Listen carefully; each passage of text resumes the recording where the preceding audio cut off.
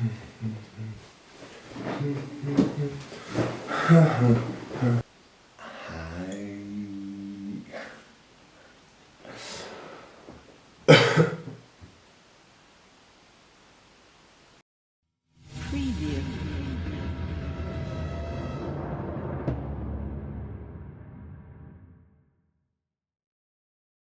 So, today, I asked you a while ago actually, which artist or album or whatever should I react to next?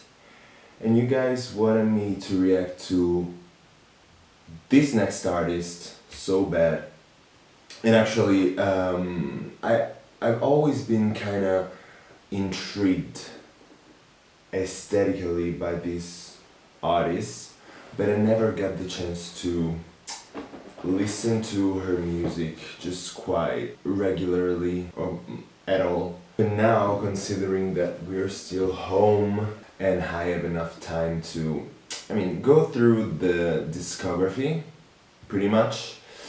And you guys know that I like to go in chronological order, pretty much, just because I want to see the growth of an artist musically and lyrically. This album was actually released in 1993. That was the year that I was born.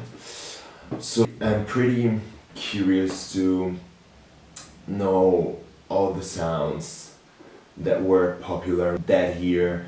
And also, it's just going back. I'm talking about Björk, that I think is the right pronunciation. Her first album, debut. So let's get into it. First song is called Human Behavior. So excited.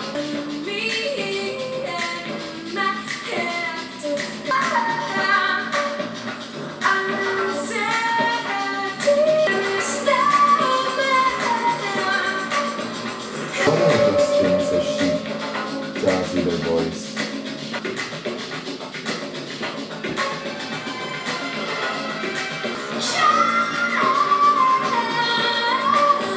Yes. I feel like this track, it is preparatory for the album. It is quite interesting because it's a very honest way to analyze human behavior. And when she says there is no map, it's the most linear, is the most clear line that she could ever wrote about human behavior and human race in general to me.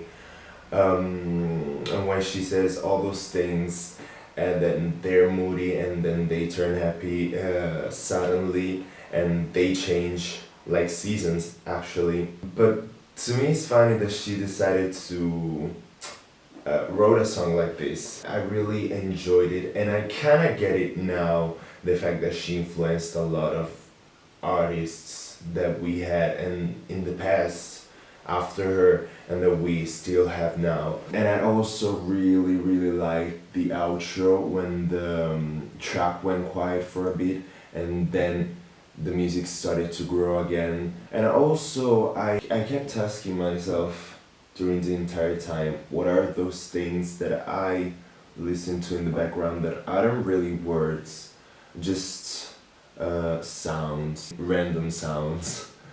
Maybe I'll get that in the next tracks, but right now I expected something more pop for that period of time. Maybe not. Maybe 93 it wasn't that pop as I hear, I don't know. Next song is called Crying. Ooh. Oh. The synth in the background.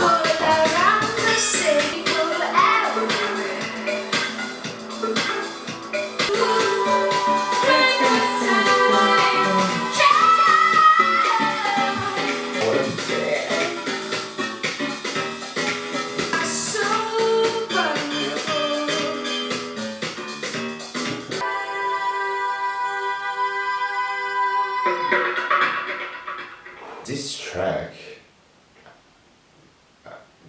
I say back the thing that I said about the pop thing because this song is actually more into that world. But I like the fact that this has this kind of a dichotomy to it. The fact that the production is so upbeat and joyful, but the message is pretty dark actually. I believe is about feeling lonely because this line, "There's no one here and people everywhere," just stood up in the whole song. In the chorus when she says, "'Cause I need you and I can feel you," maybe it's a past relationship, but you can also give it a lot of different interpretations. I like the fact that she did the same thing as the first track with the music. Here we have a lot of synth and keys and drum. And as I was telling you, it's more upbeat, so that's the reason why I liked it that much. But the first one is different from this one, but I like them both. I mean, the two sides of her. I'm kind of curious to know what is next, because I'm starting to think that this is not one of those artists that are predictable in their choices. The next song is called "Venus as a Boy." Okay.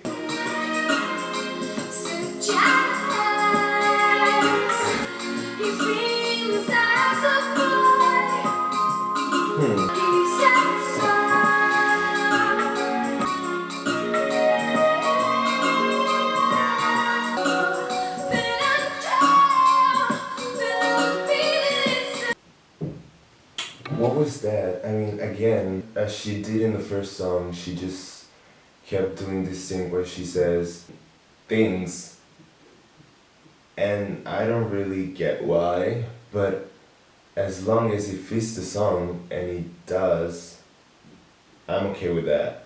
So keep doing what you're doing. That factor gives a whole new sense to the song.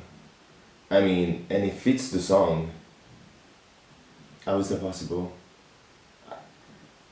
I mean, I'm starting thinking that without these just elements of nonsense, the song wouldn't be the same. So I'm kind of digging that, and I don't know why, because it's just a sort of a preparation to the chorus in this case, because it comes right before the chorus. I like the fact that she's portraying this boy that is in touch with his feminine side. I like the way she decided to talk about it in the song. This picture of a Venus as a boy, because Venus is pretty much a female, the female. It's pretty interesting, and I don't know, I never listened to an artist that did this. Musically, it's kind of more chill song. You just have to vibe to it and relax to it, and all those elements of the strings here and there just give a sort of a pattern to the old song. I mean, this song is kind of sexy actually, and I'm not mad about it. Next song is called "There's More to Life Than This." Ooh, interesting title, for sure.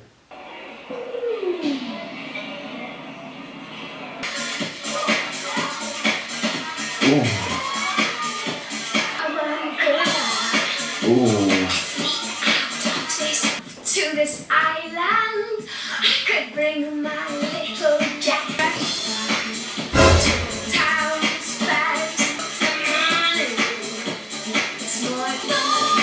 Okay, I get it now.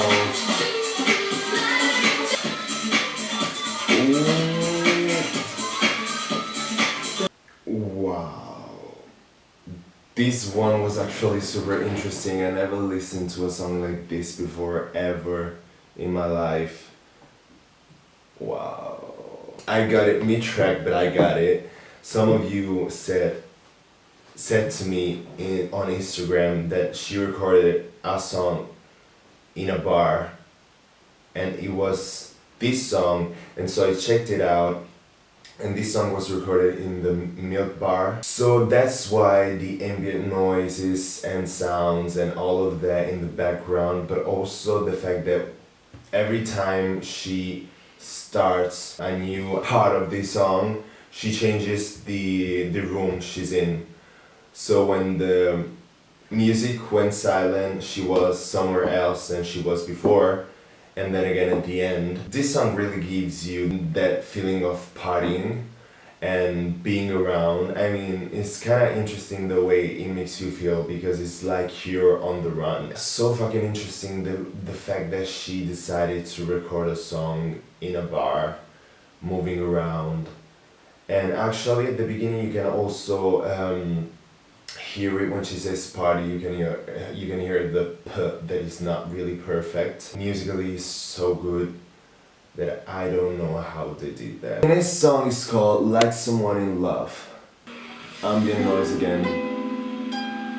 And a car. I like the fact that she's not perfect when she sings.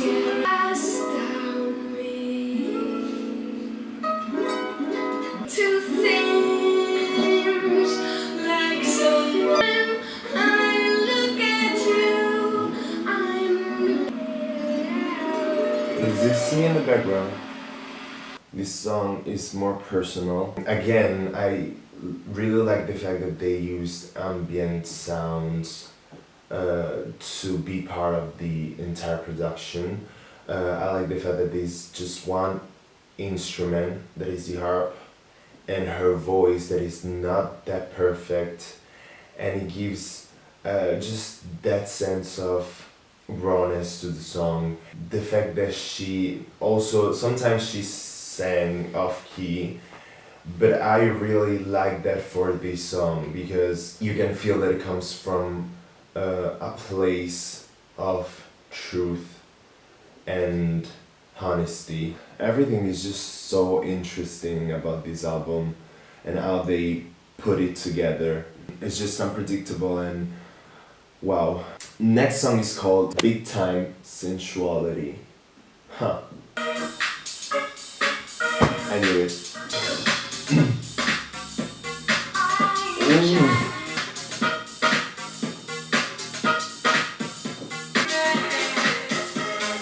Ooh.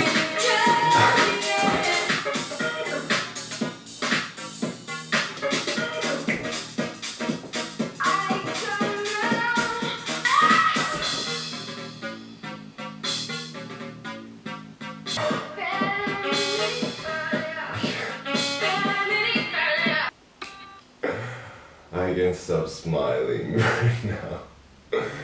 Guys, I didn't know that I needed this song in my life, but I needed this song in my life. This song has everything. I'm gonna probably listen to this for the next week. This song has it all in it, and wow. This song, it takes me back, way back, and it kind of made me wish I was born during that period of time. Next song is called One Day.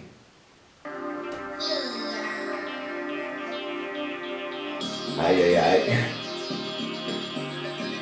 When you're ready, one day, when we'll get lighter.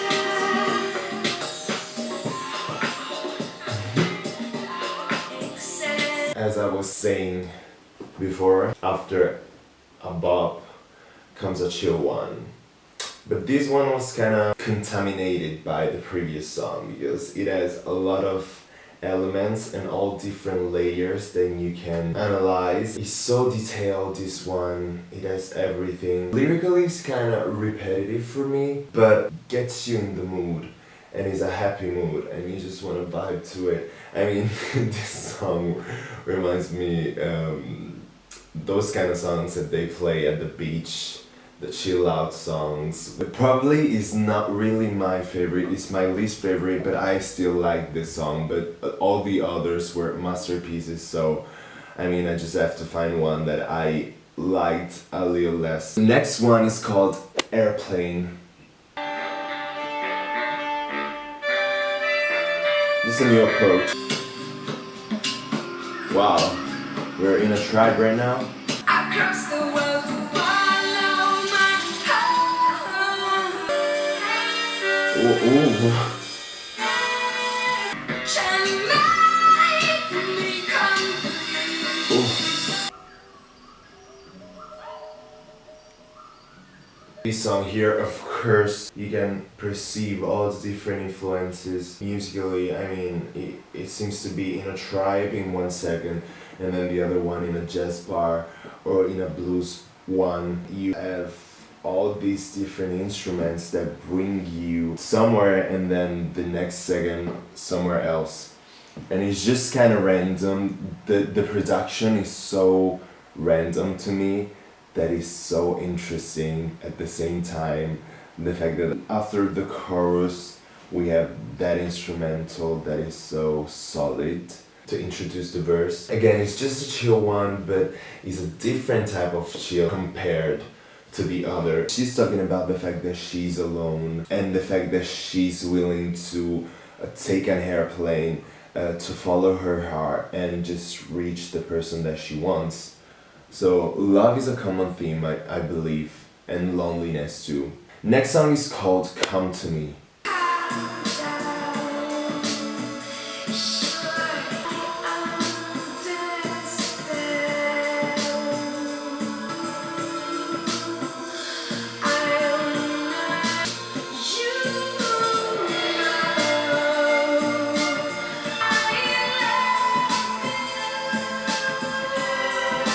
I think I can put together this song with the Like Someone in Love song, because these two songs to me right now are the most intimate and personal to her.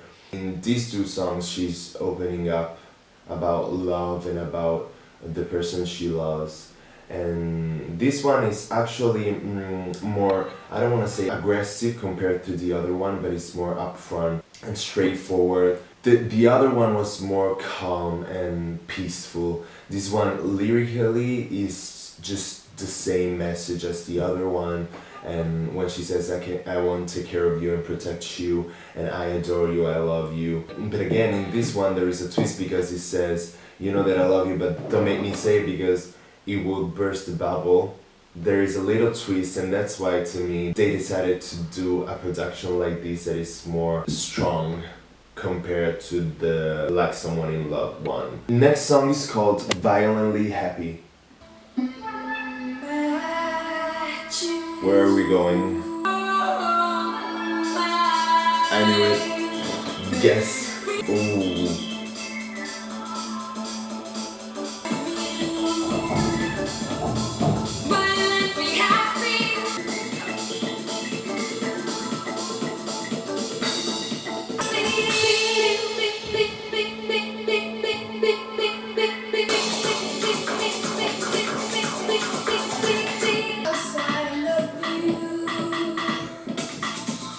Oh well, this song is another bop, and I was kind of impressed the way they introduced the sound at the beginning with the little synth element in the first verse, and then when the beat dropped, I knew it. I mean, I was expecting that. But again, message wise, she's continuing this storytelling about this person that she loves, and she's saying basically that when she's not around that person she feels that violence, but it's a happy violence because she knows that he's not around, but it's like he was there. So is that song about missing someone so bad, but you're still happy because you know that you have that person with you even though he or she's not. My favorite part of this song is the instrumental break, when they decided to loop her voice and just to use that as an instrument. I wasn't expecting that mid-song for a song that came out in '93. It's always interesting to me to see how past music set the mood for future music and how everything is going backwards to bring back the good stuff, because this is a good one. Next song is called The Anchor Song. Trombone. I live by the ocean. Drop my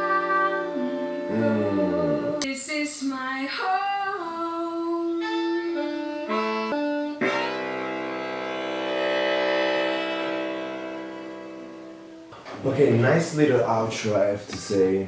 It's more about her, not about her feelings or personality. It's just about her, really, as a person. And again, those instruments mixed together that they use, especially for the outro, it's just interesting how they decided to use them and how they decided to put a simple song like this as an outro, just say a quick goodbye and to end the story almost. I don't know if you know, but I'm obsessed with water and sea and ocean and all of that, so I kind of relate to this song on that level, because if it was for me, I would live by the sea all year long. It just gives me this sense of freedom, so the fact that she decided to put this theme in a song, and in this song everything revolves around this concept of the ocean, and it's just so interesting to me and so relatable to me that I really like the fact that she decided to end the album with this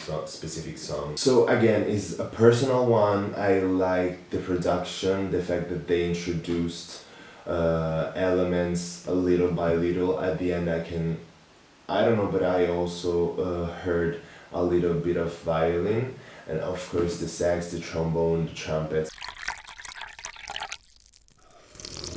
What I think about this album, actually, I don't know why some of you guys told me to wait to react to this one and react first to other one. Actually, I enjoyed this album a lot. I didn't expect that. I was a little scared because a 1993 album, it could be all over the place. But again, this album was so intimate at a certain point, so fun and joyful most of the time, and really a great work of art. This one was really interesting from the beginning to the end, and I like the fact that they mixed so many different genres and she had this many different influences. The most interesting one was There's More to Life Than This, just because the way she recorded that song. But then my favorite one was, you know guys, big time Sensuality. I really dig that shit way too much. I think we're gonna meet again with Björk, because I really enjoyed this project way too much, more than I ever expected. And thank you for suggesting. See you soon.